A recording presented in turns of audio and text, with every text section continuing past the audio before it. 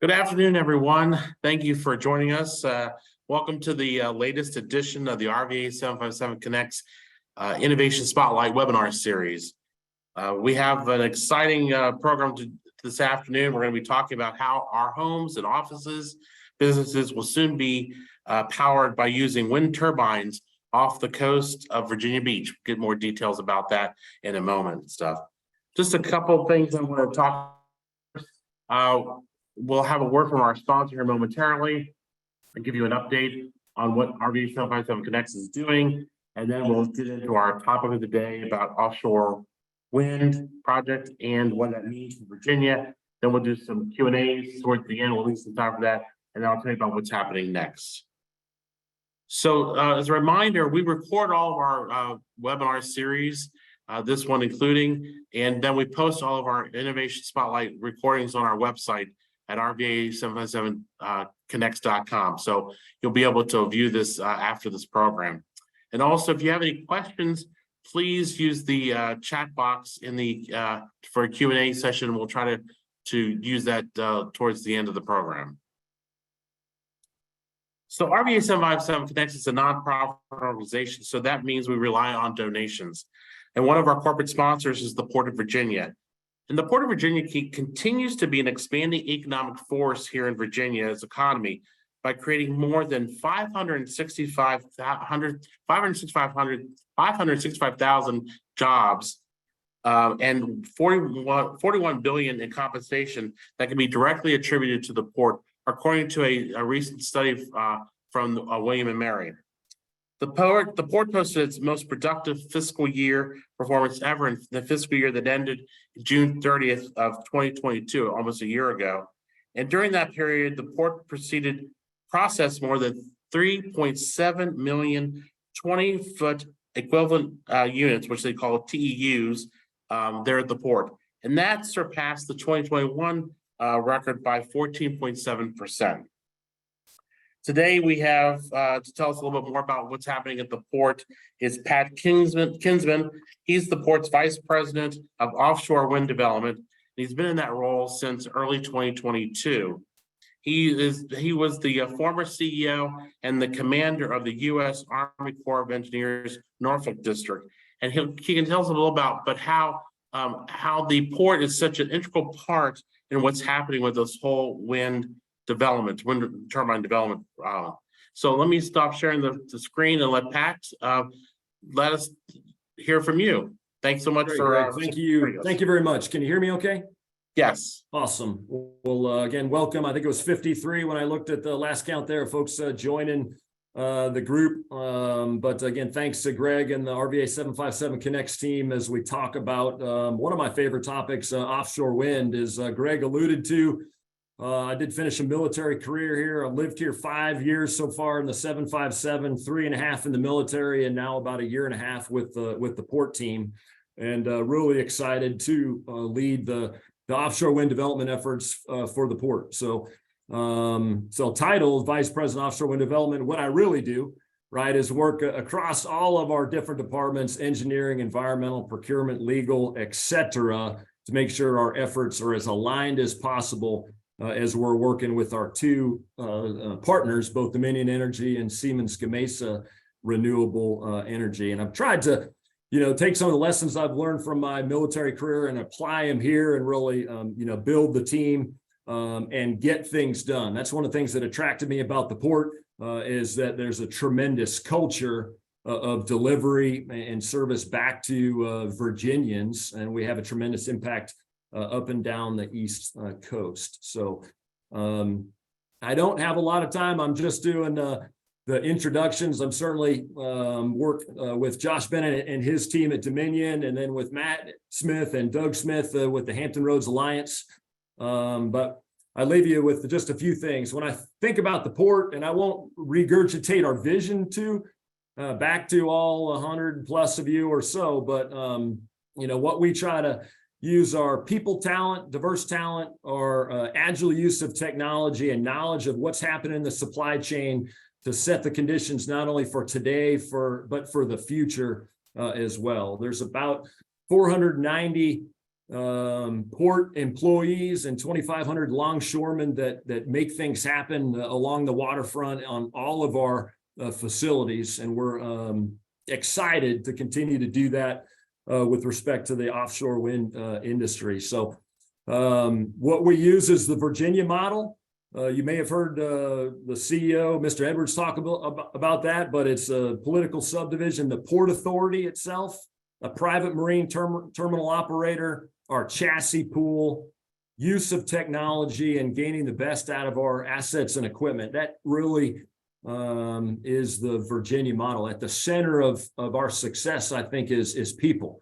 Doing all of those things. It's a powerful combination under one CEO, one board of directors, and one C-suite. Greg referenced some of our successes. 2022 was the best year we've ever had. Moved the most containers ever, and we were able to do that, right, because of some of our culture, but some of the upgrades that we've done across our terminals. We're in the middle of a $1.4 billion gateway investment program, and only one line there that I'm really involved with, and that's the $223 million upgrade to Portsmouth Marine Terminal to create the offshore wind staging port to support CVOW, which I'm certain Josh will talk about, and hopefully many other wind projects that'll come along the East Coast. So people are most important. Grabbing and using technology and having a strong culture is what I think you should know about the Port of Virginia. It's what attracted me to them after my military career. Greg, that's it from the port. Eager to hear from both Josh and Matt. And again, thanks for running this series for us. Great, thank you, Pat. Appreciate the comments about what's happening at the port. I also want to mention, and you mentioned Stephen Edwards, the CEO and executive director of the port. He is on the RVA 757 Connects board, and so is John Reinhardt. John is the retired CEO and executive director of the port. He's also on our board and on our executive committee. And to mention Aubrey Lane from Centera, he is the chairman of your board. So and he's also on our board as well. So there's a lot of connections that we have with the port. We appreciate your support over the years the port has given us and stuff. So thank you again. Absolutely. Let me go back to our regularly scheduled program here, and we will, let's see if we can sure that works. Okay. So let me give you a quick update on what's happening at RVA 757 Connects. You know, we're an organization that's bringing the power of convening, connecting, and collaborating to the mega region. We are a nonprofit organization, as I mentioned, dedicated to improving the economic success and the quality of life for everyone in the Richmond area, which we call RVA, and the Hampton Roads region, which is 757. We are a network of leaders representing businesses, community, and higher education, and we are advancing the Richmond to Hampton Roads mega region as the I-64 Innovation Corridor. We recently relaunched our website, RVA757connects.com, and the website enables us to be able to do a lot of things. One of the things is we redesigned it to focus on our 4 key major initiatives: the Global Internet Hub, the I-64 Gap Project, the bike walk trails, and the passenger rail initiatives. And you can see those right up front on our website. Also on our homepage of the website, you can see what our virtual innovation spotlight series, what we're doing that particular month and the ones earlier in the year. And you can see, you know, this is from our current website right now. And then you can also see past ones with, you know, both back last year as well as the ones from the beginning of this year are on our website as well. And as I mentioned, each of our webinars are recorded, and so you can go back and listen to them. And there's a lot of different interesting topics that we've touched. Here's last year's, for instance. There's a lot of great things from greenswell growers, that hydroponic growing facility down in Goochland County, to Drone Up, to what's happening with the Global Internet Hub. So there's a lot of interesting topics there, and they're all the webinars, as I mentioned, are all available. The recordings are all available. So let me tell you a little bit about what we are doing as well. So one of our priorities is to spearhead the efforts to get the Richmond and Hampton Roads mega region designated as a global internet hub, and by creating a strategic plan to make this happen. The planning process started earlier last year, and we were nearing the end of our finalizing a strategic report. We established, a strategic planning process. We created a steering committee with more than 60 members who met monthly since July through February. We hired 2 consultants to formulate key action plans. We are now in the final stages, literally, of creating a comprehensive strategic plan report that we will deliver to Go Virginia. Go Virginia was one of our key funders in doing this strategic report. You can also find out more information about the Global Internet Hub on our website that we created, globalinternethub.org. And it not only is a resource repository, but you can also see the research findings that we've done. We are on our way to becoming a global internet hub. We're emerging one, as we like to call it. And global internet hubs deliver many advantages to creating an opportunity to build a growing and sustainable 21st century economy. It all kind of started about in 2012 when Hurricane Sandy caused so much destruction in the New York coastline that it prompted the development of a 3rd East Coast landing site. Before this point, it was either New York, New Jersey, or it was in Miami, and those were the 2 subsea cable landing sites. And then that changed in 2018 when the Maria cable brought the first ultra high-speed fiber optic cable from Bilbao, Spain to Virginia Beach. And then the Brusa cable came from Brazil to Virginia Beach. And now there's 3 actual cables. There's the 2 from Europe and the 1 from South America. They all land in Virginia Beach, and then they connect into some data centers that are either there, such as the Global Nix data center, or the point 1 data center, which is planned near the data centers near where the cable landing station campus is. But then they can also come up right up route Interstate 64 and Route 60, and they land in 2 data centers in eastern Henrico County here in the Richmond region. One is Facebook, and the other one is Meta, which is Meta's parent company. Meta is parent company for Facebook, and now they have a 2.5 million square foot data center there in Henrico County. And right next door is the QTS Richmond data center, and that data center is the world's 4th largest data center, and QTS is in the process now of doubling the size of that particular data center.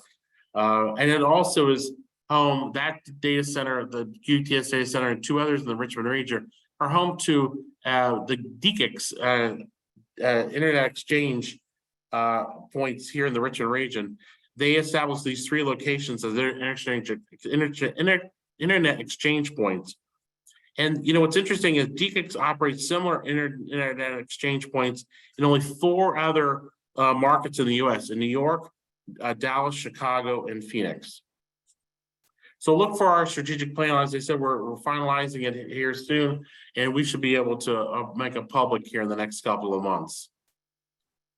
And one of the other things that one of our other core priorities is not only driving and showcasing greater collaboration and innovation in the I-64 Innovation Corridor, but also to support directors and members initiatives such as Dominion Energy's offshore wind project and what's happening at Jefferson Lab.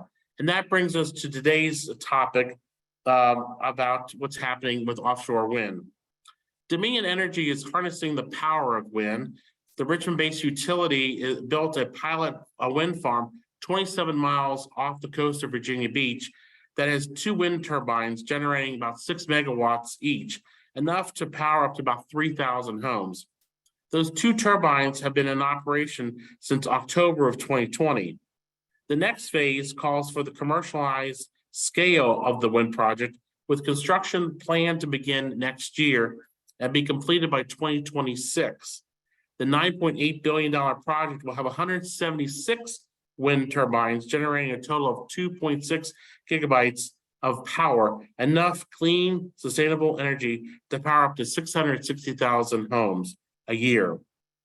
And the wind farm is expected to support about 1,100 jobs once it's operational. The renewable energy project is expected to reduce greenhouse gas emissions, diversify energy supply, generate affordable electricity for homes and businesses throughout Virginia. Development of a wind farm is also expected to help boost industry sectors and the regional economy. Offshore wind manufacturers and other related companies are starting to set up their local operations in the I-64 Innovation Corridor, not only in the Hampton Roads region, but also up here in the Richmond region as well. These businesses are investing hundreds of millions of dollars in new manufacturing and distribution facilities that should generate thousands of new jobs. So let's talk to who our speakers are. We've got some excellent ones today. We have Matt Smith, who is the Director of Energy and Water Technology Sector for the Hampton Roads Alliance, which is a economic development organization for the Hampton Roads region. He joined the Hampton Roads Alliance in August of 2020 as the organization's Director of Offshore Wind and Development. Next, we'll hear from Josh Bennett. Josh is the Vice President of Offshore Wind for Dominion Energy, a role he has held since September of 2020. He's responsible for Dominion's offshore wind project execution, including the pilot project operations and the commercial operations and the commercial project construction. He joined Dominion Energy in 2001. And then lastly, towards the very end, we'll hear from Megan Higgins. She's the Senior Director of New Project Development at Avangrid. Avangrid is pursuing the Kitty Hawk offshore wind project off the shores of the Outer Banks of North Carolina. That's proposed. It'll be about 27 miles off the Outer Banks shores, and the project is expected to support about 3,500 megawatts of electricity generation, which should be enough to power about 1 million homes. She'll explain a little bit more about that later. So as a reminder, again, if you have any questions, use the chat function. And now I will turn it over to, I'll stop sharing screen. I'll turn it over to Matt. So Matt can take us. There we go, Matt. Now, now you can tell us more about what's happening. Great. Thanks, Greg. And thanks to RVA 757 for inviting me to talk about offshore wind and what it means to our two regions into the Commonwealth of Virginia. So I'll just take a second here to share my screen and start my presentation. So I'll confirm with Greg that you can see my presentation there. Great. All right. So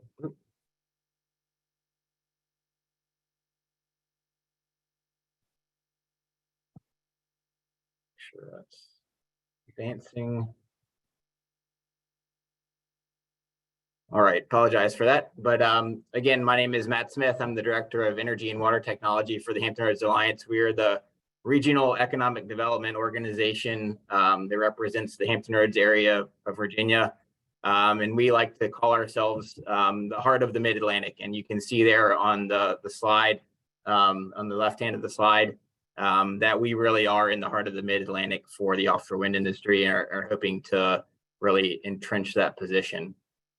So the topics that I'm going to cover today include the general opportunity we have from offshore wind, some of the market drivers, what the East Coast project pipeline looks like, the projects that we're claiming as Virginia projects, and then some of the advantages we have to support the industry and establish the supply chain here. And for those of you with businesses that may be able to participate in the industry, how to get involved. And so I'll try to do that in around 15 minutes. This slide really shows why we're talking about offshore wind in the United States and Virginia. You can see there on the left side of your screen, that's a nighttime view of the East Coast. There are a lot of large metropolitan areas that are demanding a lot of electricity and increasingly renewable electricity.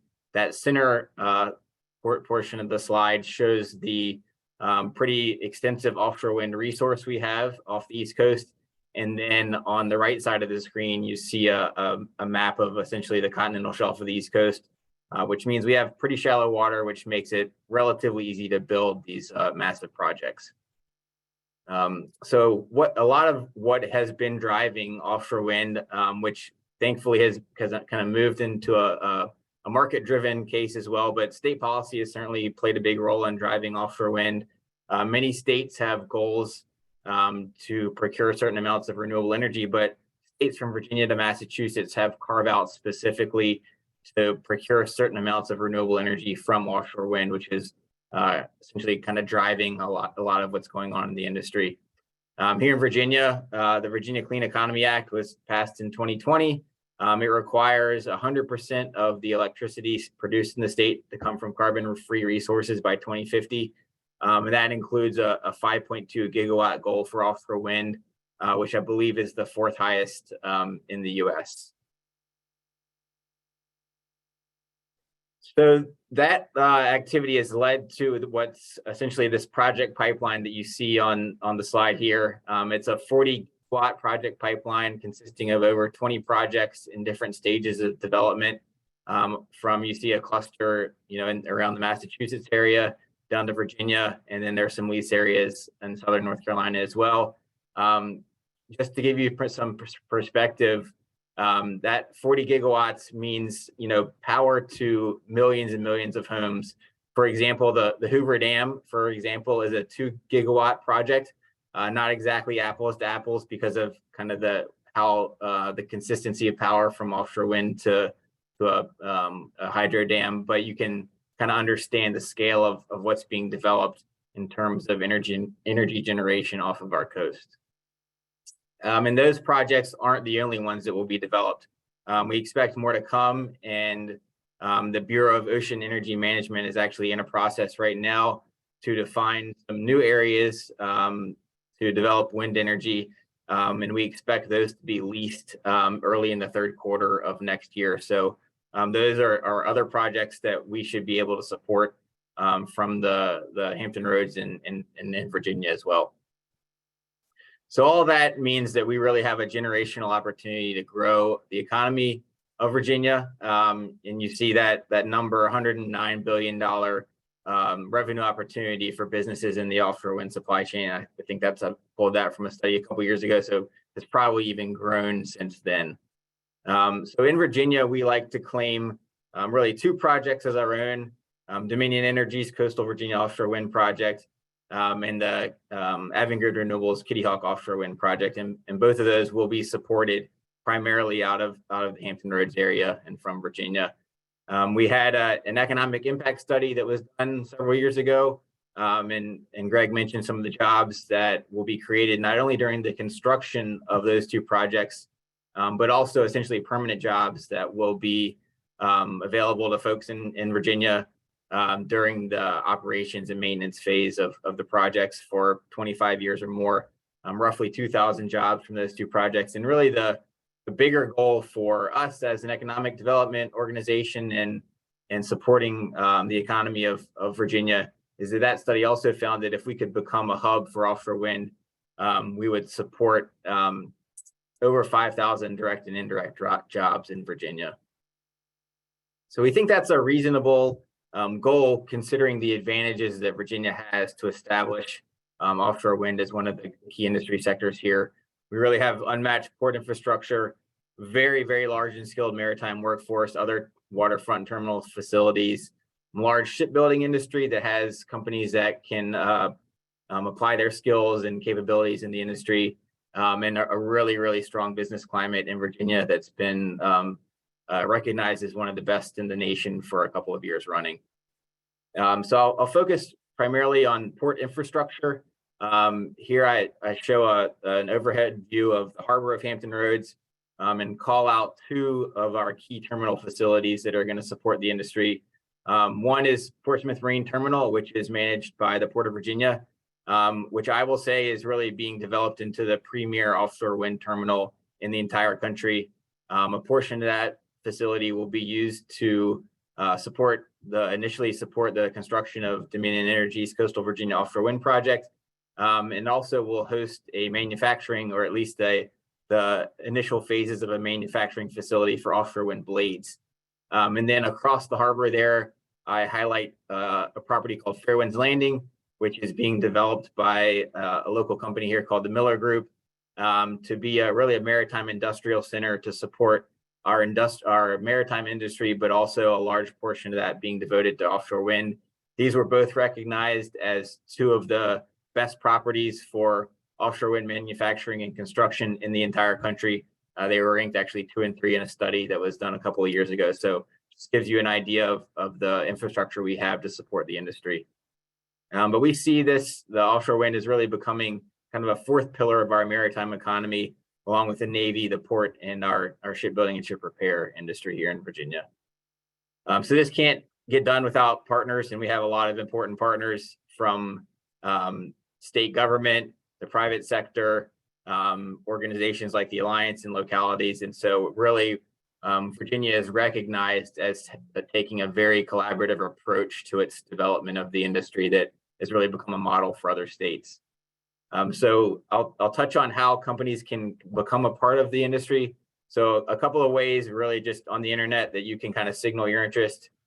There is a supply chain registry that the Virginia Department of Energy manages that I also have access to.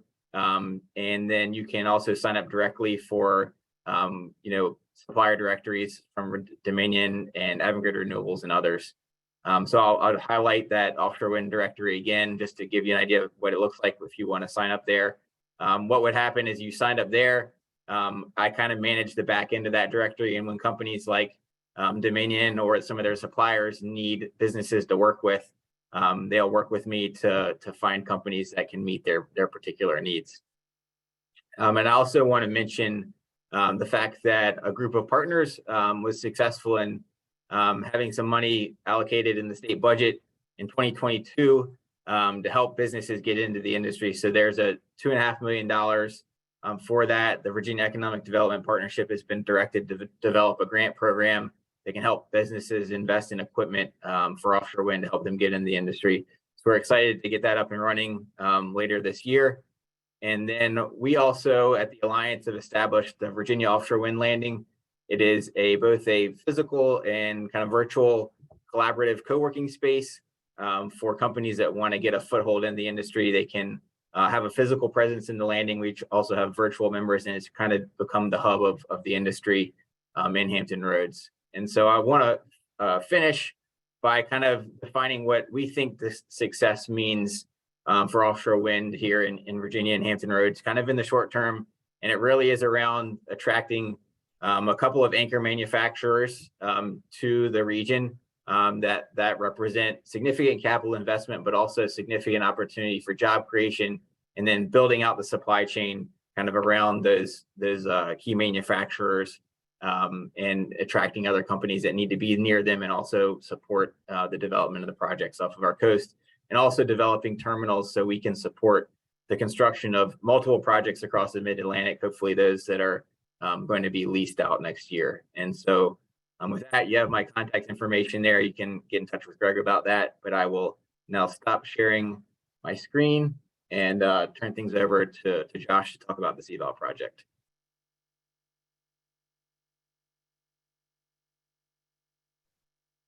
Thank you. Matt, that was great information. I'm glad you showed that aerial, the Portsmouth Marine Terminal. That'll be fascinating to see when that'll be a hub of activity, I'm sure, in the next couple of years. So now we'll turn it over to Josh. Josh will give us an update of what's happening with the Coastal Virginia offshore wind project that Dominion Energy has. Thanks so much, Josh. Thanks, Greg. I really appreciate the invitation today. I assume you can see my screen. Get a thumbs up. All right, great. I'm going to talk briefly about the commercial project that we're doing, and maybe just a bit of an update on the pilot turbines, the manufacturing status of our project, the economic impacts to date, and what's expected. And I'll even talk a little bit about the vessel spread down for the construction and operations in the Hampton Roads area. But first, let me just say, the drivers of offshore wind, right? You mentioned something about the Clean Economy Act, Virginia Clean Economy Act, but you also mentioned these data centers that are being located in Virginia. That's a big driver of load. So our load in the Mid-Atlantic region, particularly in the Virginia area, is growing very quickly because of these data centers and the electrification and transportation, which is coming, all the EVs that you see. So a combination of these things is driving the need for us to build a portfolio of resources in order for us to get the clean energy economy going to the point where the Virginia Clean Economy Act will have the Commonwealth of Virginia net carbon zero by 2045, this is one of the solutions. So these are our pilot turbines that you've seen several pictures of, and you mentioned that they generate 6 megawatts each and are powering about 3,000 homes at peak. But here's really important about that is they're at 47% capacity factor project to date over the last 2.5 years. So 40%, I'll just say that what that means is with 87 to 60 hours in a year, a little less than half of those hours we're expected to be at full power generating. That is a testament to the wind off the coast. It's really, really doing well. Most important as well is the availability of those turbines. It's at 95% availability, which means that they're reliable. And that's kind of one of the big questions, which is, can you put something far out there in the salt and wind environment and will it be reliable? And they are doing quite well. What we learned from the pilot turbines is a tremendous amount through the permitting process and the construction and installation and things that we know how to do really well right now from that. And I don't have time to show us a video right now of all the fish that are swimming around the foundation. It's a pretty amazing amount. But when we're out there, we're going to be looking at ensuring the environmental compliance or the environmental safety of the marine mammals. We're going to have protected species observers on the ships and passive acoustic monitors or sonar operators listening for the sea life to make sure that we have an exclusion zone away from them.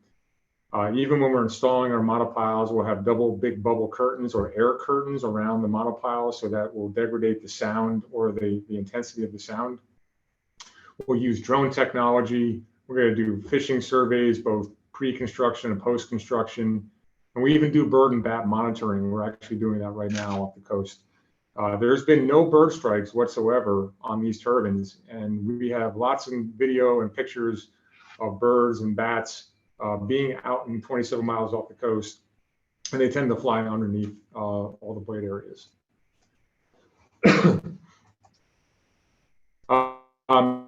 You can see a representation here of the lease area in the corridor. It'll be 176 turbines, 14.7 megawatts per turbine. As you mentioned, about 660,000 homes at peak, which is about 25% of the Dominion customers. There'll be 3 offshore substations out there, each one about 880 megawatts, and 9 offshore export cables that'll bring the power ashore at 230 kV. Those will be buried cables. All that data you can see on the left, I should say, the colors is the AIS, the Automated Information System, which is ship traffic. And you can see that in our permitting cycle, we're down, well, you can see the lease on the left, which is a square area, and all the traffic around it. And that's a part of a collaborative effort that was done through the permitting cycle. We are down to the point where our draft environmental impact statement has been issued. Our record of decision and our final environmental impact statement will be issued later this year. We are on schedule for that, and then we'll start construction in 2024, pretty much late 23 and early 24. And as you mentioned, Greg, at the end of 2026, we should be complete with the project. Here's a brief representation of the project components by the various suppliers. The monopiles and transition pieces that hold up the turbines. They're being manufactured at EEW and Blatt, respectively. That manufacturing has already begun.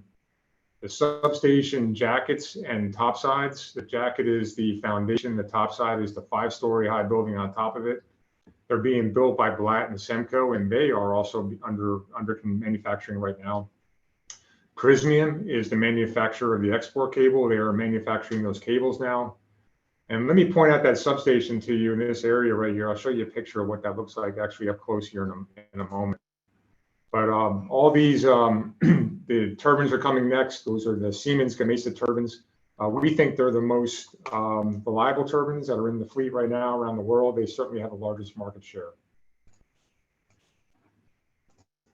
So on the picture on the left is up close and personal with one of our 2 pilot turbines. And if you look carefully, you can actually see someone, a technician, climbing up the ladder just below the platform. And what it takes to do that essentially is a lot of safety training, which on the right, you can see myself and some colleagues going through that. Every 2 years, we have to go through a week of safety training, which includes working from heights, which is why you can see all the harness gear on there, basic life support, being able to rescue yourself or rescue somebody else, or if the elevator breaks halfway up, how to get out of the elevator and get yourself back down safely. But also, you know, it's really the incipient fire response and escape, and most importantly is the sea survival training that you have to go through. Every 2 years, all people working offshore. Some of the components that we have took some pictures of Siemens manufacturing, and on the left you can see that is a turbine nacelle. That's essentially a 3-story building. They're over 500 tons, and the big gap under just above our heads is where one of those blades would go. And of course, on the right-hand side, you can see one of the blades that's partially finished. That's called a green blade for obvious reasons, which it's been manufactured and now has to be painted and coated before it's ready to go. That will be a 354-foot blade, and it'll weigh 55 tons, and there'll be 3 of them on every turbine.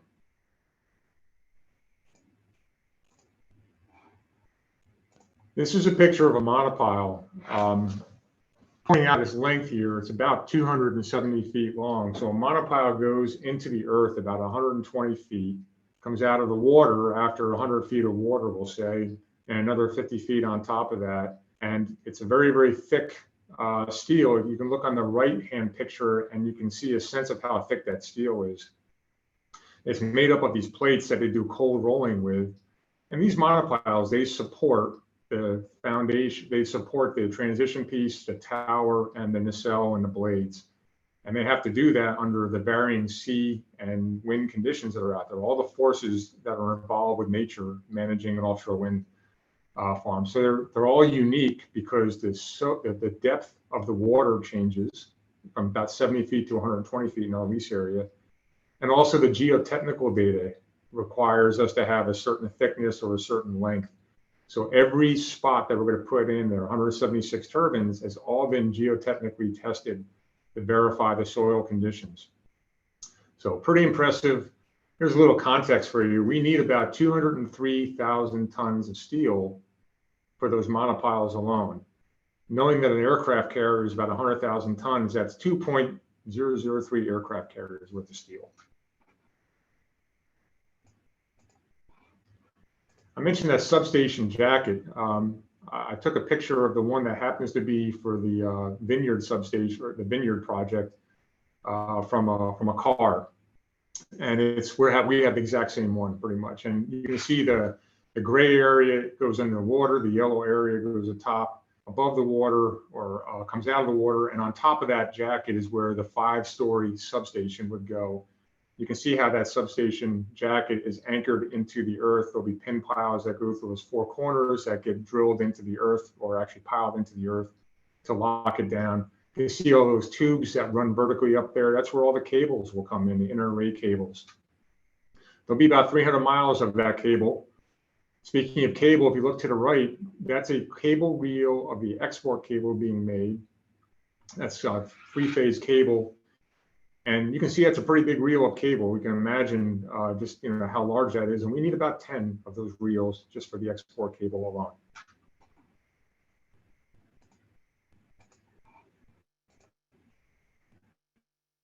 Well, this picture tells us about the onshore piece too. The project actually has a large portion of construction activities that's going to be onshore.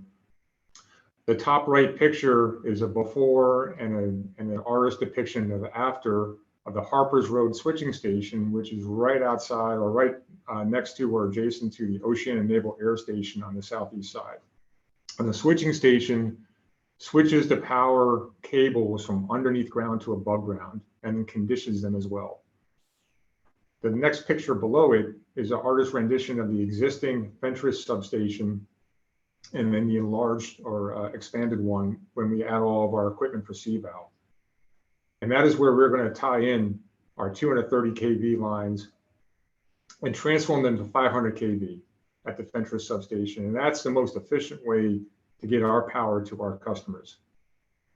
On the left-hand side is the route, the orange route that takes you down 4.5 miles underground from the shore state military reservation to the Naval Air Station, Harper's Road switching station, and then 14.5 miles of above ground circuits that are mostly co-located in existing right-of-ways.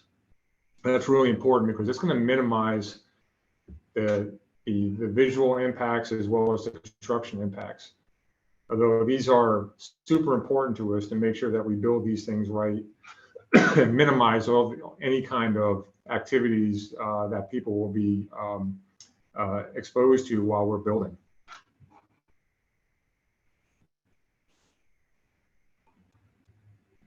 You saw from Matt's, pardon me, I'm breathing the same smoke that everyone else is from the Canadian wildfires here. You saw Matt's Hampton Roads Alliance pics of the marine terminal, the Portsmouth Marine Terminal, and we have those very same pics. Obviously, our construction will occur on the terminal on the lower left. Our operations and marine coordination center will be stationed at Lambert's Point on the upper left. It's where we're going to build our operations center. It's where our technicians will be housed and where we will get on our service operating vessel, which I'll show you a picture of in a moment. Importantly, as the slide says, Virginia's off to a great start. We're attracting businesses. Greg, as you said, lots of businesses are coming in that are either coming to our area here in the Hampton Roads area or here up in the middle of the state in Central Virginia. But we actually track all the jobs that are occurring, and I actually have some fresh jobs data here. That United States right now, currently, the CVAL project is employing 909 jobs. In Virginia, 758 jobs, and in the Hampton Roads area also, which includes the lower portion of the Eastern Shore, 525 jobs, and that is currently right now. So our estimates of having 900 construction jobs and ultimately 1,100 O&M jobs, I think is going to be more than fulfilled. It seems to be moving along quite well. And this is before we have a single component here in the Hampton Roads area. So when the Hampton Roads area starts seeing major components coming in and the traffic starts slowing down on Route 58, when they start gawking at all this heavy equipment, it's going to be a lot more jobs coming. Just want to point out some events. We are definitely engaged in the community. We promote employment opportunities with our partners, providing materials and services. We work closely, obviously, with Matt at the Hampton Roads Alliance. And I would always point people back to the Alliance to get the best information, regarding service providing opportunities, real estate, financing, manufacturing, certainly not just for CVAL, but for other East Coast wind projects that are going to be obviously growing rapidly. You saw that there's over 20 projects, and the port is going to be set up for handling many, many more than just CVAL. A quick note on the vessels. On the far left, you'll see the crew transport vessel, the Endeavor, which is the actual one that we use, and there's another one coming. That's a Jones Act vessel that's built out of Rhode Island by Atlantic Wind Transfers. The one in the middle is a really interesting one. That is the walk-to-work surface concept that we use, a service operating vessel, an SOV. Siemens and Siemens Gamesa is contracting out and having one built in Sturgeon Bay, Wisconsin right now. So another U.S. vessel being built. And that is going to be for our O&M activities down the road. Crest, which is not a toothpaste in this case, it is a joint venture between Crowley Marine and Esquibot. They are building that vessel, and that's where our technicians will be out there for 2 weeks at a time, along with other folks in maintenance. And you can see the walk-to-work bridge that can bring you up into a transition piece platform, motion compensated, by the way. So even if the boat is rocking, the bridge doesn't move. It's pretty neat. Most exciting for us is the one on the right, is our Sea Witch Charybdis. That's going to be the first Jones Act wind turbine installation vessel that will jack up and be able to install these components. At peak, there were over 1,200 workers that were working on that in the Keppel Shipyard in Brownsville, Texas. And that will be the installation vessel for our turbines on the CVAL project. Very, very excited about that ship. And Greg, that concludes my presentation right now. So I'll turn it back over to you. Awesome, thank you. Those enormous wind projects are just amazing. It's just you know, so let me go back down to get going here. Hold on one second. And we're going to hear from there we go. Oops. Now we will hear from Megan about what's happening off the shore of Kitty Hawk. And I need to mention that here's a correction. I said 3.5 megawatts. I meant to say 3.5 gigawatts.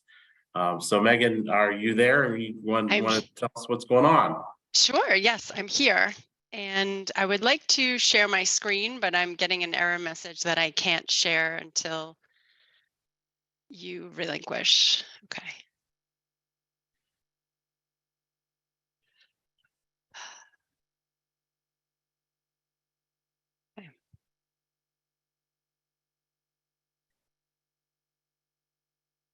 Can you see my screen? No. Oh, you can.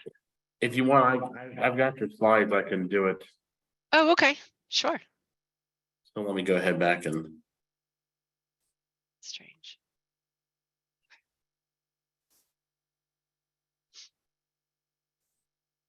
There we go. Just let me know. Just hit next. Tell me when next screen. Sure, yes. Thank you, Greg.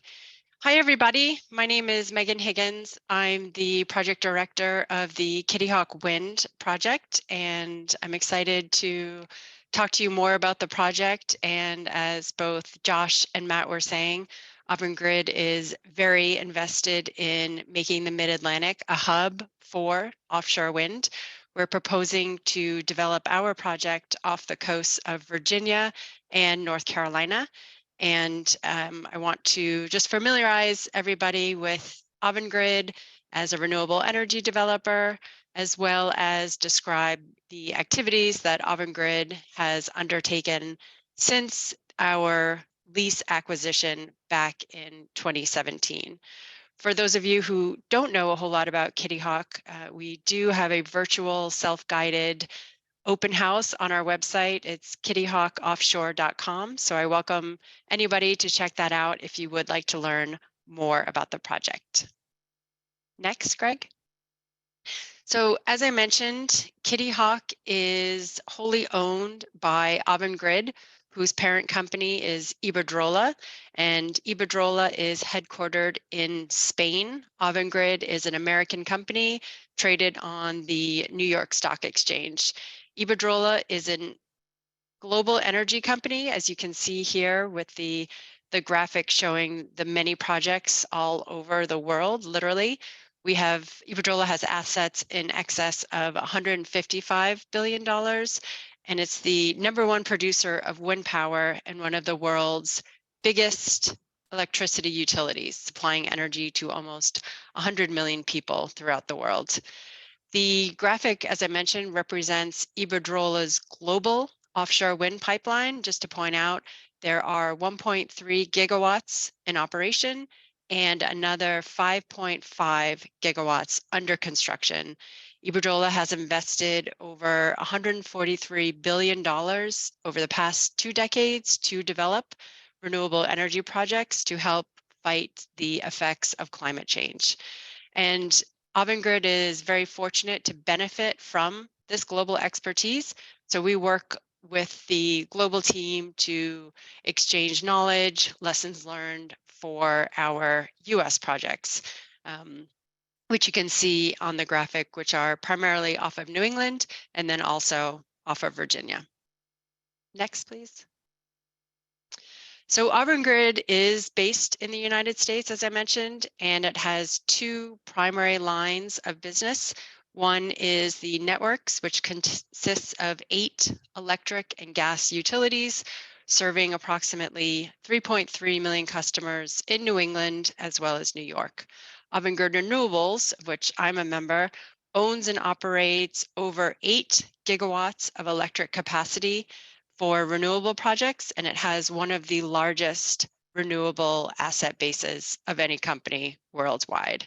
You can see for offshore wind, we are in the process of developing a total of 6 gigawatts. And as Josh's photos showed, which got me excited, I just got similar photos today from our Vineyard Wind 1 team, where we finally can say we have steel in the water. So the first foundations went in the water this week, which is extremely, extremely, I see Josh giving the thumbs up. It's unbelievable considering where we started out over 11 years ago to getting all the permits. The Vineyard Wind 1 project, for example, acquired over 27 federal, state, and local permits and approvals to get the project constructed. So we've come a long way, and I couldn't be more proud of the team that's been working on that project. And next, Greg. So I'm here today to talk to you about the Kitty Hawk project. As I mentioned, it's off of Virginia and North Carolina, 36 miles from Virginia Beach. The status of our permits include the submittal of 2 construction and operations plans, which is the major federal permit that is submitted to the Bureau of Ocean Energy Management. One is for what we're calling Kitty Hawk North, and that's phase 1. In that graphic, it's the top portion of the lease area. And then the construction and operations plan for Kitty Hawk South has also been submitted to BOEM.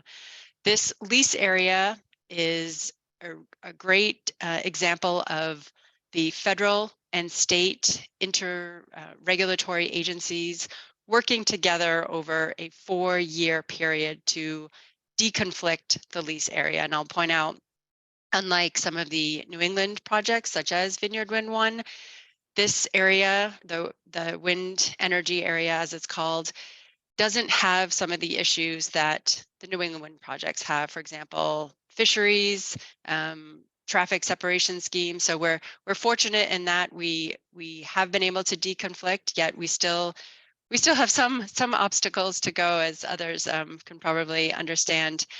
We are working very closely with the Department of Defense in siting our submarine cable, for example. We're working with all the other regulatory agencies as well as local entities to get site control at the local level. Next, Greg. As Josh did point out, the onshore routing is another major component of an offshore wind project. And this graphic demonstrates the various routes that have been considered for making landfall, where the cable, where we're looking to land in Sandbridge, to the ultimate point of interconnection, which is at the corporate landing substation. So the route that we feel, working with the city as well as our engineering teams, is that the optimal route and the most direct route is this red line going from Sandbridge to corporate landing. And this is approximately 5.6 miles of underground transmission lines. So we're working with the city to co-locate the city's utilities as well as our submarine cables. And you can see the various other routes and why those were considered, but ultimately eliminated. So again, our preferred route, as you can see, was chosen based on the evaluation of technical, environmental, and regulatory constraints, as well as input from the city. So avoiding impacts to the Back Bay Refuge, for example, and location within an existing right-of-way, which is owned by the city, were paramount considerations when choosing the optimal route. Next, Greg.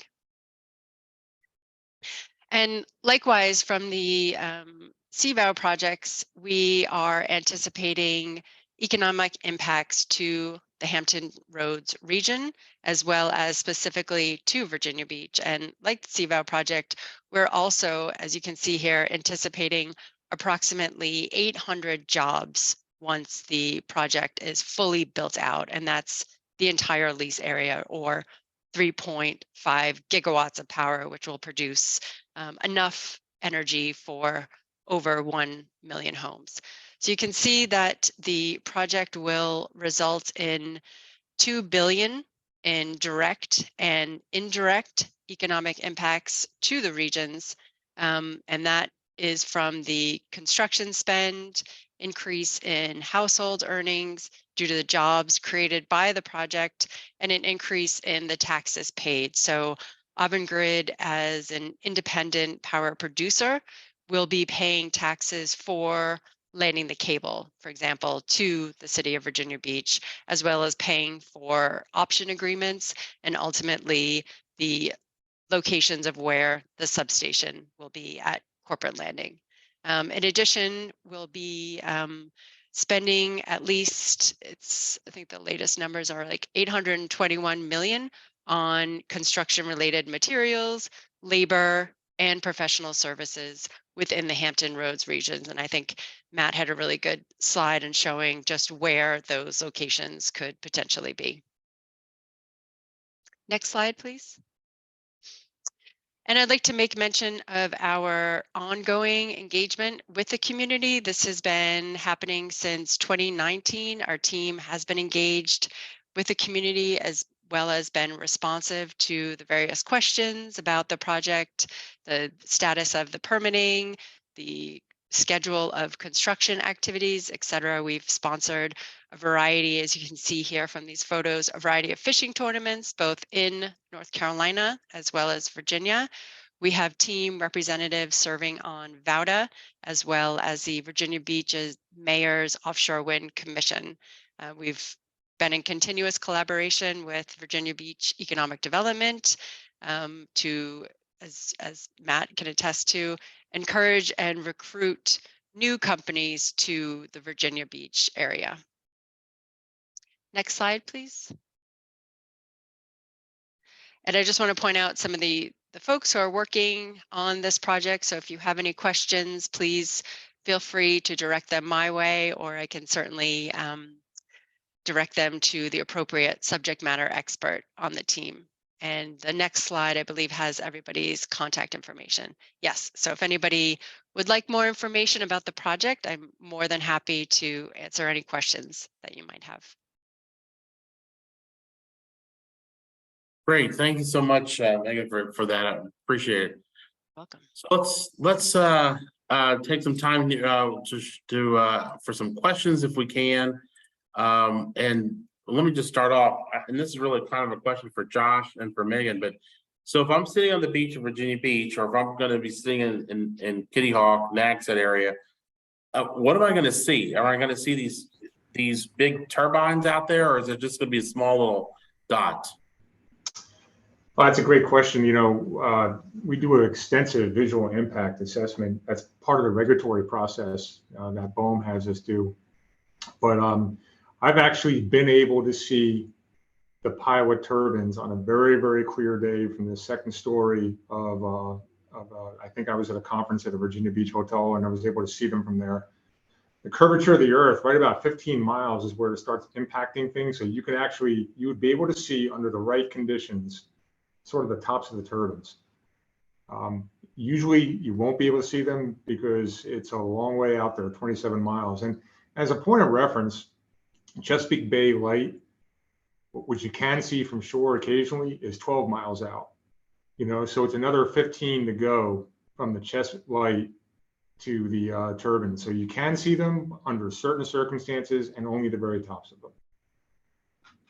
And I will chime in by saying that the project will not be visible from Virginia Beach. However, we have, as Josh just mentioned, we are required to do a visual impact assessment, which consists of visual simulations from a variety of KOPs, or key observation points. And you are able to see, again, on a very clear day from Falls Cape, for example, but apart from that, they're not as prominent as some of the other projects that are closer to shore, as Josh mentioned, at the 15 nautical mile mark. And Matt, let me ask you this question. What can be done to make sure Virginia really is going to be an offshore wind hub? What can we do? Well, I think we're well on our way, and I'll start by saying that you can't be successful with and being a hub without projects. And so the fact that Dominion Energy and Avangrid Renewables are developing those projects are a big factor. And then really it's kind of making the industry aware and getting our assets ready to support the industry. So getting Portsmouth Marine Terminal ready, getting Fairwinds Landing ready, and having a workforce that is ready to support the industry. So we're out there marketing our region, and I think that is all kind of going along. And then really once some of these big dominoes fall, PMT is ready and we attract some of these manufacturers, I think we'll see really, you talk about the offshore wind supply chain in different tiers, and having some of those higher level tier companies locate here will help us fill in the lower tiers of the industry that can support really a broad swath of companies that can work in offshore wind. So Great, thank you. And real quick, we do have a couple questions. We're not going to be able to get to all of the questions, unfortunately, but I'll send them on to the folks. But real quick, Megan, there's a question for you. What's the status of the approvals for your cable landing sites in the Sandbridge area of Virginia Beach? We have not had a formal public hearing with the city of Virginia Beach to have a vote on the site control at Sandbridge Municipal Parking Lot, which is where we would like to land our cable after doing a due diligence assessment and the other constraints considered, as I mentioned, with regard to the DoD in particular. So we don't have approval from the city as of yet for the Sandbridge landing location. Gotcha. Okay, great. Thank you. I'm sorry we're running out of time, but I just want to be able to go over some quick things or what's coming up next, and to let everyone know again that if you want to be able to see this presentation, go to our website later today or first thing tomorrow. You'll be able to. It'll be on our website. You can go to our website is rva757connects.com. And reminder that if you want to check out what's going on with the Global Internet Hub project, go to globalinternethub.org for that information. Our next virtual innovation spotlight will be August the 2nd from noon to 1 o'clock. We will not have one in July. And we will get information about who the speaker and the topic is for the August one in the next month or so. And again, if there's any way you all can help us to promote what's going on, please do so. Again, I want to thank the Port of Virginia for sponsoring today's webinar series. We thank you very much for that. Again, I want to thank Josh and Matt and Megan for their presentations. Excellent information. I'm sorry we're just run out of time, but you've answered some good questions. I'm sure that this will be a good topic that will continue, and hopefully we will be able to do an update next year when you start construction, or later this year, Josh. When you start construction, maybe we can actually get out there on the boat to see when it happens and stuff. So maybe we'll do a special webinar out there and stuff. So, but anyway, thank you again to everyone for participating today. And we'll see you on Wednesday, August 2nd for the next virtual innovation spotlight. Thanks again. Have a great day. Thank you. Thanks, everybody.